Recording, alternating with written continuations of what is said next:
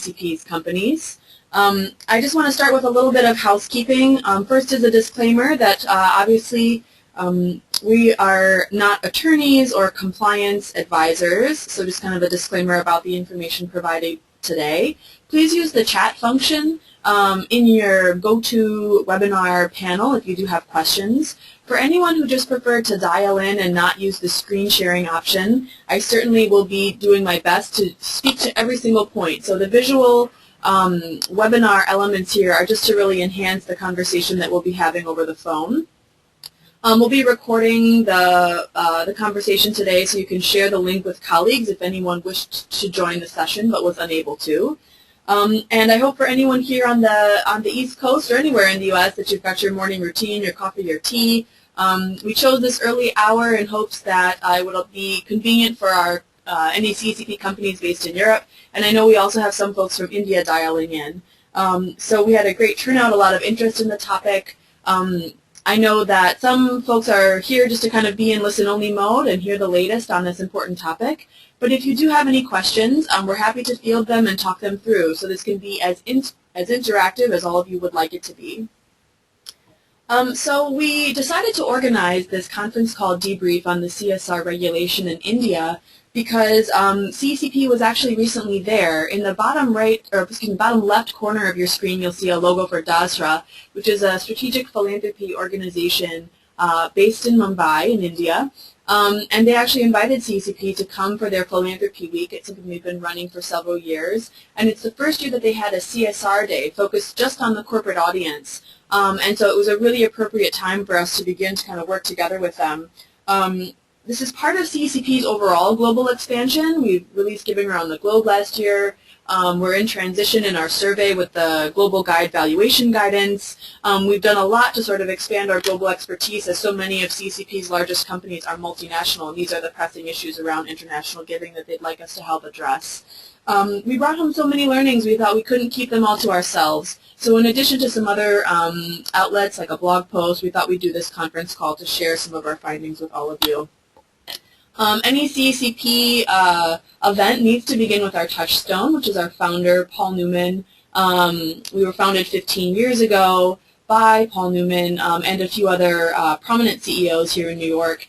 And the reason that we exist is because of his belief that companies can be a force for good in society. We always are kind of returning back to this and remembering why we do what we do. And because so many of our companies are the largest companies in the U.S. and the world, we know that international issues are really important. The last bit of housekeeping is just that Paul Newman is going to remind us about a few key CECP dates and events. Giving a Number survey is this week. The deadline, the summit for CECP is early this year, May 20th, 21st. You can register now. We've got a session on India and China, as a matter of fact. And the Excellence Awards are opening today. So lots of important reminders from CECP. And now we should dive right into our main event, which is to go through what we'll talk about during this conference called Debrief. The first is to kind of go through a little bit about the source of the law, the Ministry of Corporate Affairs in India, to break down the requirements of the regulation, to kind of think through what are the really key high-level elements that every company should be paying attention to. How can you take action? Organizations and companies, key places that CECP met with while in India, and bringing back sort of on-the-ground folks who could help you implement a policy, and the unknowns and opportunities, and are these the same thing? So this is what we'll go through. It should take just right around exactly 30 minutes, and as I said, please use the chat function in your dashboard if you do have questions or want to know more about anything that I present. Just to kind of reiterate our disclaimer, this shouldn't be construed as a compliance manual or legal advice. This is certainly way above my pay grade, but I definitely do think that we're presenting the best possible, timely information. It's something that we've been tracking for quite a while, so we've got some really great information to kind of break it down for you. So this is to kind of break through on the source of this regulation. The Indian Parliament in late 2013 passed a new Companies Act. This was the first update in decades. It was a massive overhaul of the entire corporate sector, and there was just one section, Section 135, which focused on CSR. I've got a visual here of the Minister of Corporate Affairs, Mr. Sachin Pilot, who speaks frequently on the topic. It's something they get a lot of questions about. And I put 3 quotes from him here because I think that it's really important. I think this kind of summarizes the Ministry of Corporate Affairs' stance on the CSR issue and the CSR regulation.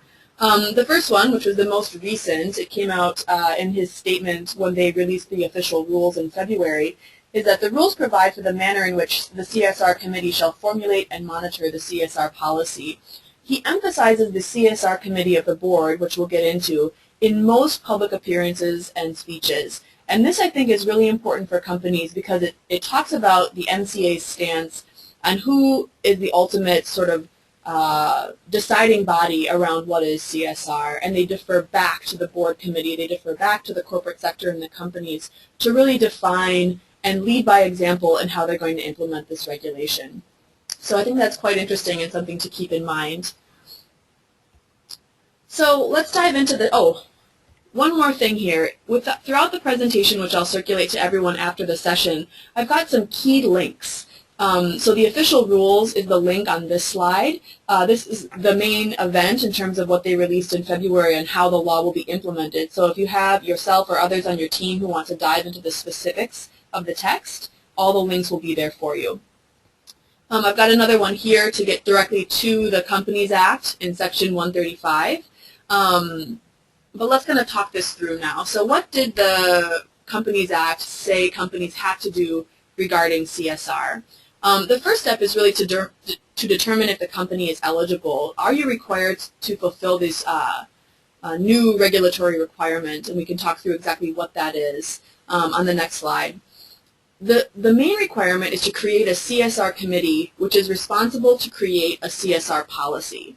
From that, the board of directors will be responsible ultimately to approve that CSR policy, to disclose the CSR policy contents, and ensure this 2% regulatory requirement. And of course, the last requirement is to carry out whatever policy you've made public. So those, I've grouped it into 4 areas: the CSR committee, the board approval, the policy, and then the reporting requirements. And that really summarizes what is required by all companies.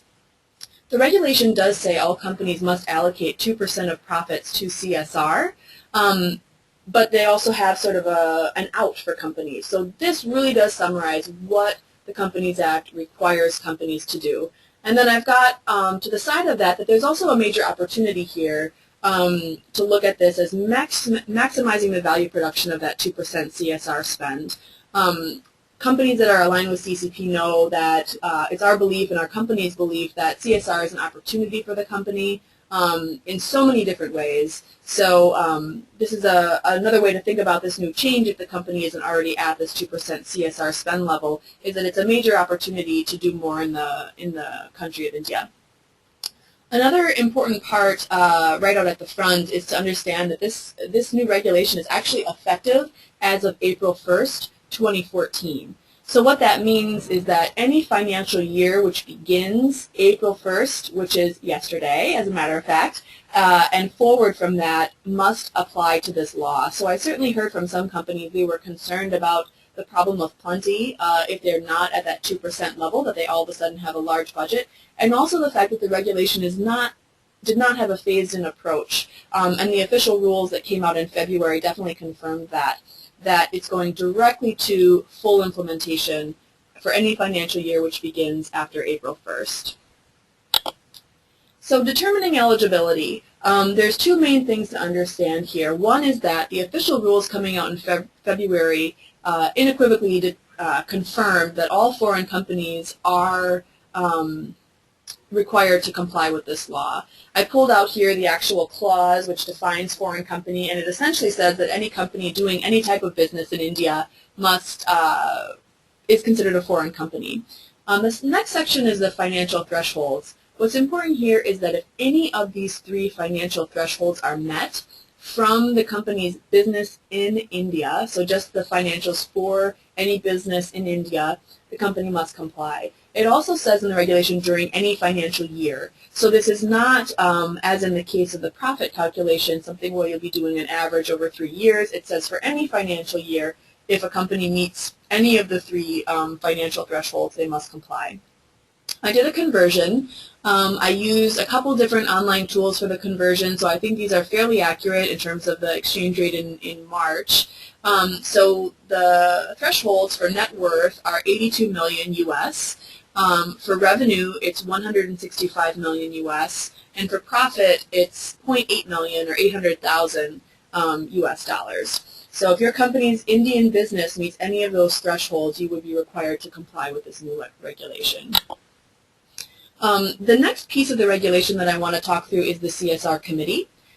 So there are actually some committee specifications that are different for foreign companies, so any company headquartered outside of India. The Indian companies have to have a CSR committee of at least 3 members, and it can be more. For foreign companies, it says at least 2 persons. So obviously the committee could be larger, but the requirement is to have only 2 persons involved. I pulled out the exact text for who is required to be on the CSR committee. The Registrar of India, separately in the Companies Act, requires companies to submit a document showing their board of directors and also to designate 1 or 2 individuals who are resident in India who would basically be able to receive any sort of official government documentation. One of those people is required to be on the CSR committee, and then the company can nominate the second person who's on the committee. This is the minimum requirement, and then obviously the company could go above and beyond that in terms of who they want on this CSR committee. The CSR committee is kind of the hub of all the activity for the regulation. They are the committee that's required to create the policy, which is what I've got here. I also imagine that ultimately the committee will really sort of be the liaison between the board and the staff who are actually implementing the policy and probably helping draft it.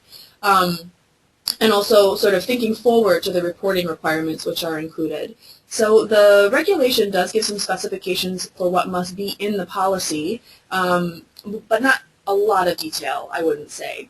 So the policy must have a list of projects or programs that the company will enact in order to fulfill this regulation. All of the projects and programs must be within Schedule 7, which we'll talk through shortly, and the policy also must show the monitoring process. Something which seems pretty logical to me is that the policy should probably be built directly to kind of connect to the reporting requirements which are required on an annual basis for companies to fulfill. But the policy can go above and beyond that because that's really the statement of the CSR committee and really of the company is what they define as CSR in India and what they're actually going to enact. So the reporting requirements for foreign companies actually connects also back to an overarching requirement for foreign companies in India, which is to submit a balance sheet to the registrar and an income statement and other documents as well. But the CSR report must become an annex to that balance sheet. So that is the requirement which must be submitted to the government itself. And secondly, the policy must be on the company's website. So those are the 2 major reporting requirements that companies must face.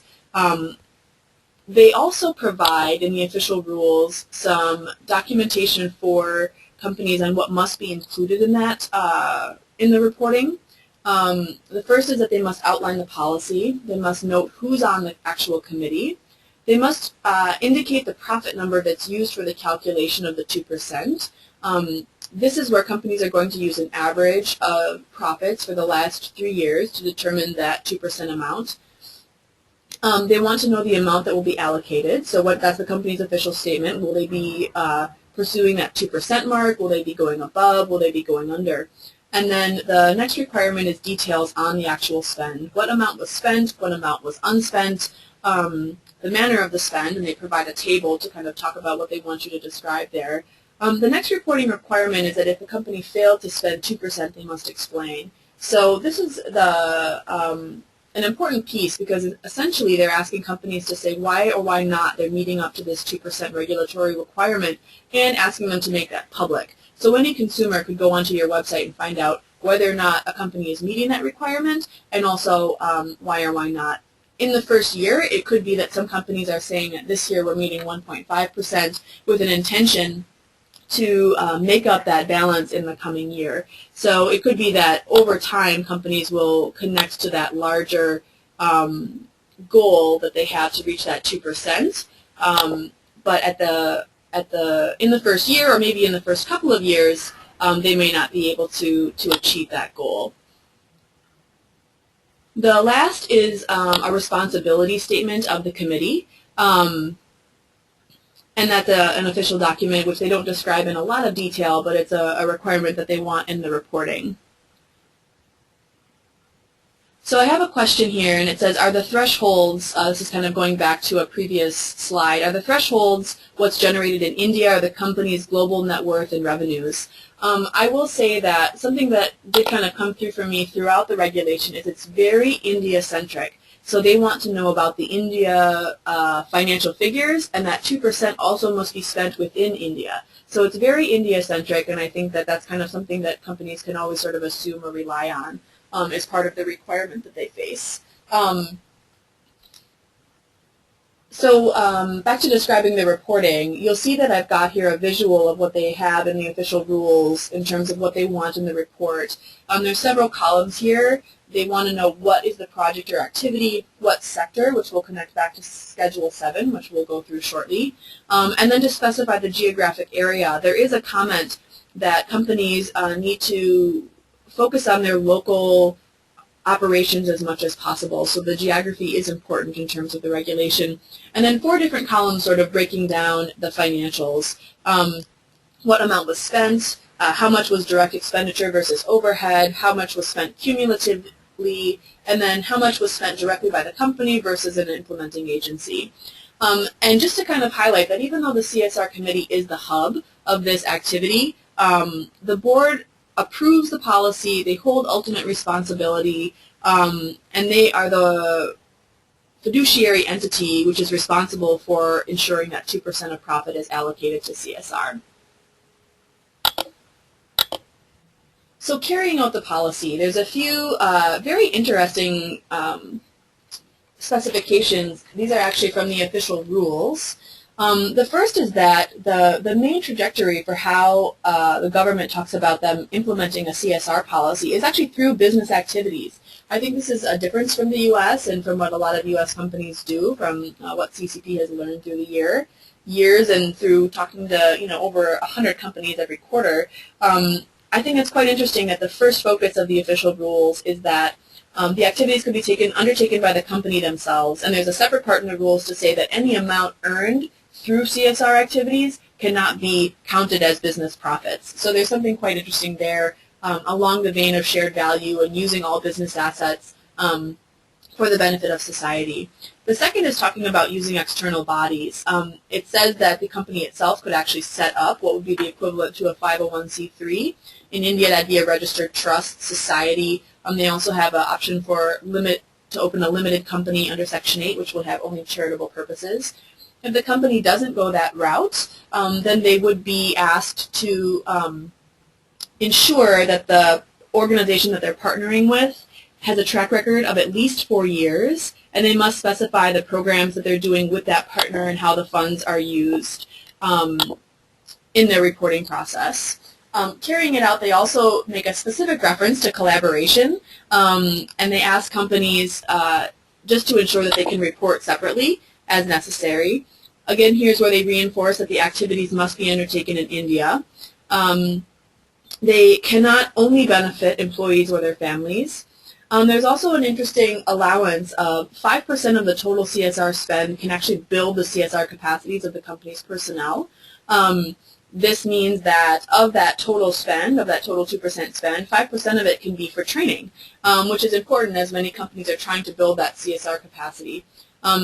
Similar to CECP, political party contributions are excluded. So in terms of what counts, which is of course a topic that CECP thinks of often, they refer to Schedule 7, which is attached to the overall document. These are the areas where companies can invest their CSR spend from the viewpoint of the government. Hunger, poverty, women's empowerment, child mortality, maternal health, disease, environment, livelihood, or we could call it workforce development and skills training. And then the last 3 are a little bit more nebulous. They say social business projects. There's a fund of the Prime Minister, and then other matters as prescribed. So I think this is kind of the main event in terms of thinking about your current programs in India. How do they connect to what's already listed here in Schedule 7?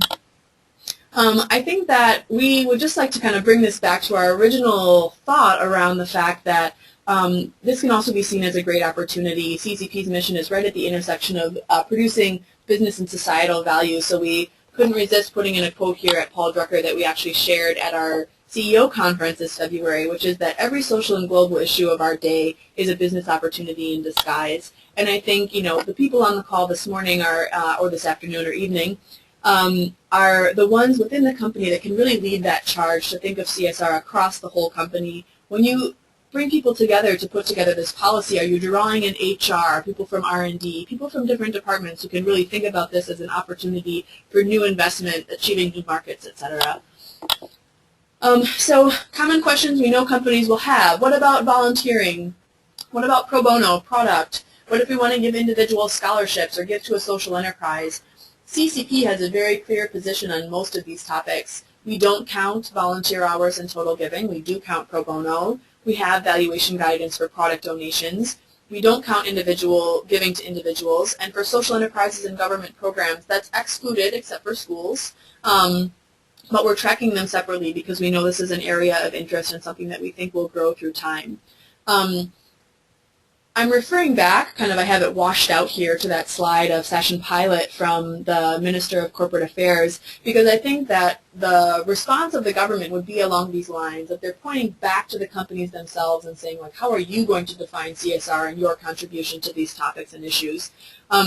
What are you going to put in your CSR policy that your board will read, approve, and say, yes, this is our company's statement on CSR and how we're going to enact this wide-sweeping regulation that's sweeping across the country.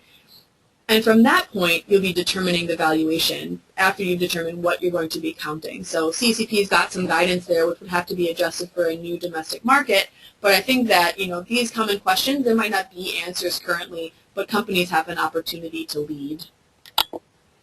So I wanted to talk through a few of the organizations that we met with on the ground in order to give some leads to all of you on the call today in case you are interested in finding out who you can talk to in India to help implement or expand your existing programs. The first is DASRA. As I mentioned, they're a strategic philanthropy organization. They identify what they see as high-impact nonprofits. They have a few focused cause areas, so that would probably be the first barrier or burden, is to ensure that they actually align with the question areas or the cause areas that your company uses. The next is India Institute of Corporate Affairs. That actually is a really important place in terms of questions around compliance. They're a quasi-governmental body currently funded by the government and yet independent. So the MCA, the ministry, is referring companies there when their questions get too detailed on CSR. They have a team now that's developing trainings. They have a team now that's developing kind of a consulting stream that will have a nominal cost, but to help develop policies and et cetera. So they're, I think, a really important place to bring your questions about the specific application of the regulation. Partners in Change is a consultancy in CSR in India that's been active for many years. We've read a report they published on the law and kind of the new level of resources that it will bring to the NGO sector. So I think they're a quite trusted partner in the space. The Center for Advancement of Philanthropy, the CEO there is Nashir Dadurwala, and he is a highly sought after speaker on CSR, has been advocating for years on the topic. And they're a similar consultancy model offering advice and references for companies that are interested in these topics. I was interested to learn about an organization called I Volunteer at DASRA's event, which is a parallel to an organization, to many organizations in the U.S. And Canada that I think facilitate volunteering programs for companies and for others and individuals who want to get involved in volunteering. So I think that they're an interesting partner for companies in the volunteering and employee engagement space. India at 75 is actually an interesting sort of mission-driven, sort of trying to lead a national movement around volunteering and pro bono service. They are all run by volunteers and fairly young, but I think someone who, an organization that's interesting to watch. So three of the companies that most impressed me were Tata Consultancy Services, which actually has quite a big business presence here in the U.S., but they have great programs around pro bono and volunteering, and the CEO actually recently released a public commitment to try to have 100% of employees participate in these efforts. So of course CCP loves to see CEO leadership engaging employees at that level. There's no replacement for that. But their programs have been running for a while and have some great successes. Axis Bank, the financial sector in India is interesting because it was only recently privatized, so they're just 20 years old, but one of the biggest banks in India. Their foundation is highly active. Their foundation is kind of the hub of all their activities. So any companies that were thinking or have a foundation in India and want to compare notes on running it, I think Axis Bank is a great resource. And they also impressed with their monitoring and evaluation, as well as their process on selecting NGO partners. So I think that was another reason that Axis Bank would be a great company on the ground to talk to. Godrej is a really widely known brand and prominent company in India, along the lines of Tata. It's a very commonly known brand and very well-respected brand. Also, like Tata, sort of the founders of the company ingrained this importance of giving back to the society around you throughout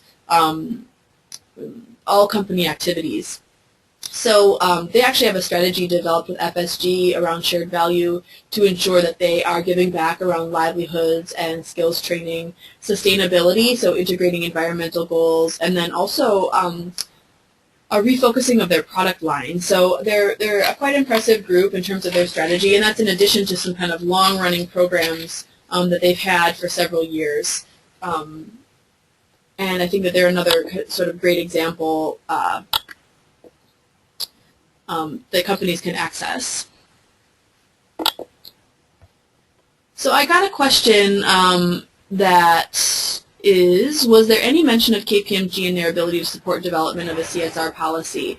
At the conference that I was at, there was not, but I will say that when we previously, before the official rules came out, we put together sort of a collection of resources, and one of the key resources, which was extremely helpful and was publicly available, was a KPMG brief on the topic when it was first released. So I think that they've definitely put some work out there on this issue.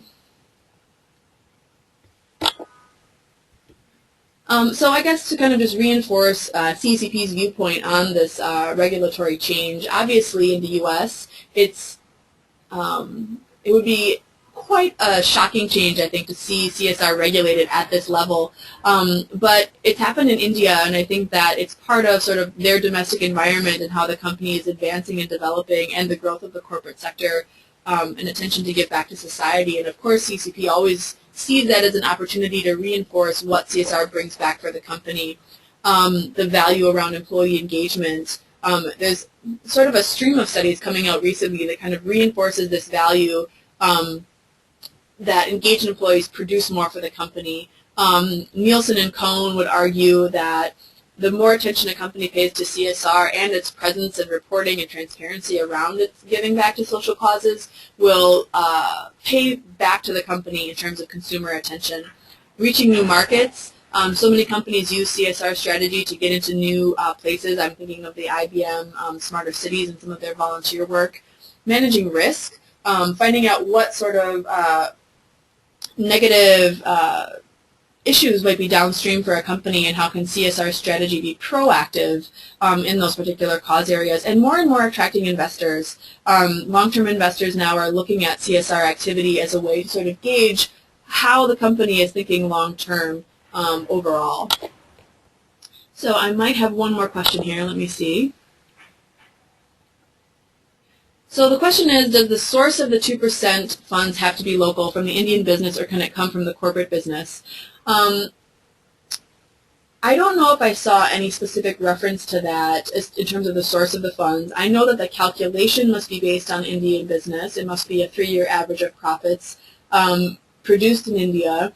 I know that the 2% spend must be undertaken for activities and projects in India. but the source of it wasn't necessarily referenced, which would make me think that it's not an issue. But I can actually help facilitate bringing that question to IICA to get a confirmation. And I will share these slides with everyone now that we're reaching our 30-minute hour. I've got my CECP reminders here, and I'd actually like to do just a quick poll before everyone signs out, and that is just to ask if you'd refer this webinar to any of your colleagues if they're interested in the CSR topic. Hold on one second. It should be in your